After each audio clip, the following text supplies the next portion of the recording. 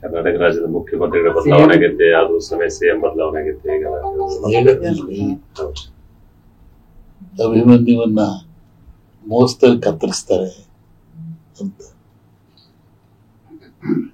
CM ಬದಲಾವಣೆ ಸದ್ಯಕ್ಕೆ ತೊಂದರೆ ಕಾಣ್ತಾ ಇಲ್ಲ. ಮುಂದೆ ತೊಂದರೆ ಹೇಳಿದ್ನಲ್ಲ ಸನ್ಯಾಸಿ ಕತೆ, ನಮ್ಮನ್ನ ಅಡ್ಡಾಡದಾಗ ಮಾಡ್ಬಿಡ್ತೀರ. ಆಮೇಲೆ ನನ್ ಪಾರ್ಲಿಮೆಂಟ್ ಅಂತ ಕೇಳಿರು ಧಾರವಾಡದಲ್ಲಿ ವರ್ಷದಿಂದ, ನಮ್ಮ ಊರಿಗೆ ಬಿಡ್ಸಲ್ಲಪ್ಪ ಹೇಳ್ಬಿಟ್ಟು ನಾನು ಇದನ್ನ.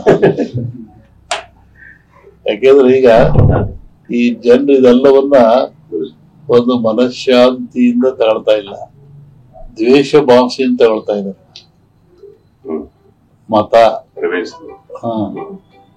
ಮತ ಅಂದ್ರೆ ಒಪ್ಪಿಗೆ ಅಂತ, ಮತ ನೀಡುವುದು ಒಪ್ಪಿಗೆ ಅಂತ.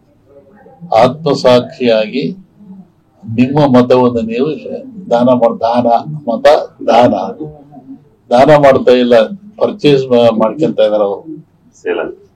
ಹಿಂಗಾಗಿ ರಾಷ್ಟ್ರ, ರಾಜ್ಯ, ರಾಜಕೀಯ ಯಾವಾಗ ಎಲ್ಲಿವರೆಗೂ ನೀವು ಕೊಡೋ ಮತ ಪರ್ಚೇಸ್ ಆಗುತ್ತೆ ಅಲ್ಲಿವರೆಗೂ ಲಾಭ ನಷ್ಟ ಇರೋದೆ.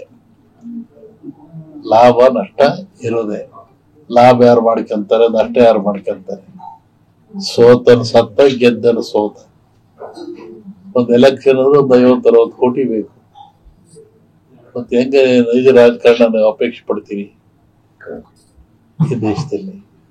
ಅದಕ್ಕೆ ನೀವು ಕೊಡುವಂತ ಮತದಾರ ಕರಪ್ಷನ್ ಆಗ್ಬಾರ್ದು.